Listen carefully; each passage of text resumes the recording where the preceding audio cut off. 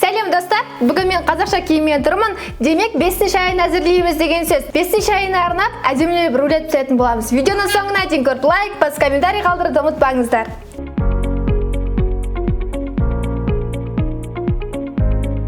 Біз қажет заттарды түгелдеп алдық. Енді жұмыртқамыздың ағын сарысын ажыратамыз.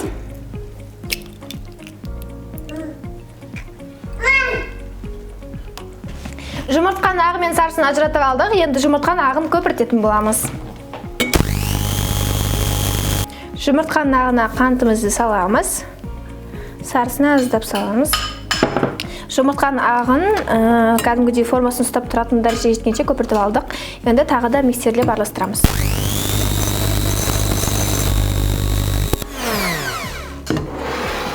Енді аздап сарысын миксерлейміз.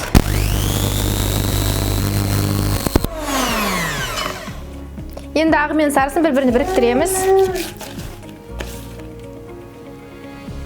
Араластырамыз.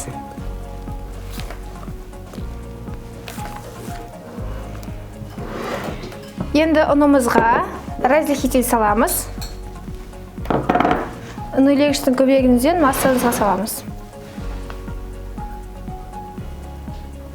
Біркелкі болғанша араластырамыз.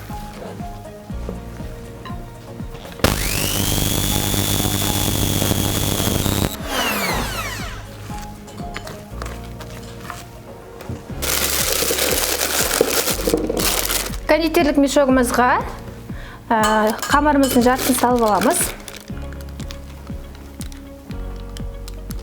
Енді қалған бөлігіне какао саламыз. Какаоңыздың сортына байланысты аз немесе көбірек қосасыз. Менде оттенк тез береді, сондықтан аса көп қоспаймын.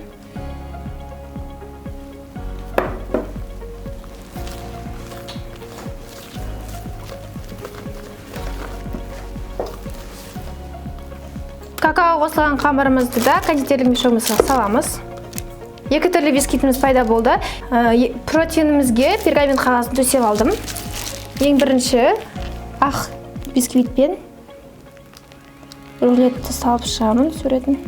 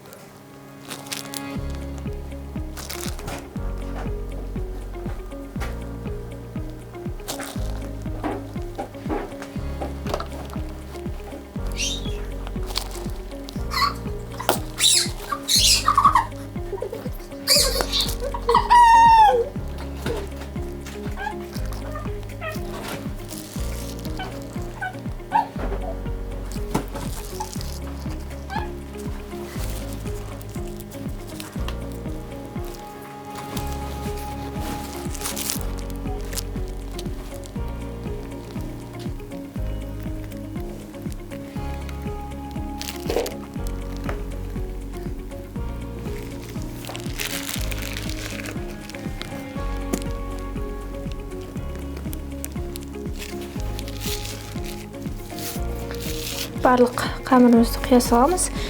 Бізге астыңғы қабат, основной беті болады, сондықтан беткісі онша қатты маңызды емес. Мінекей, екі қамырымыз да таусылды.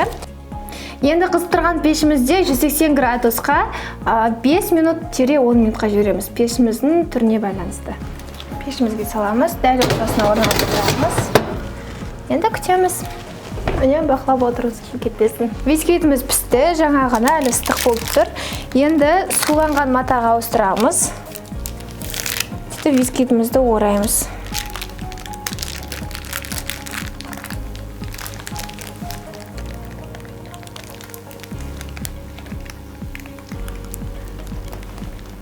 осы айнаны алып қоямыз.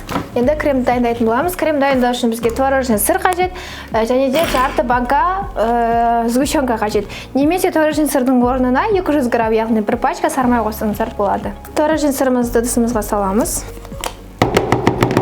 Сгущенканы шамамен 120 граммдай ғана құямыз. Жақсылап миксерлейміз. Мінекей креміміз дайын. Қазір рулетіміз салқындаса құрастырамыз. Рулетімізді құрастырамыз.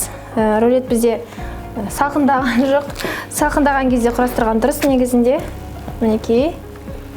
Так, креміміз дайын. Енді ортасында крем жағамыз. Бірінші ақырында пергаментін аламыз. Мінекей қараңыздар, әдемі зебра сияқты болып шықты. Енді арасына крем жағамыз.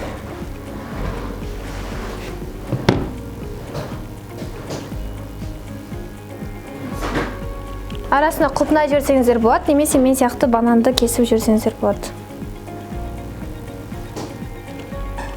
Өзіңіздің қалаған жеміс-жидектер болса қоссаңыздар болады. Енді ораймыз.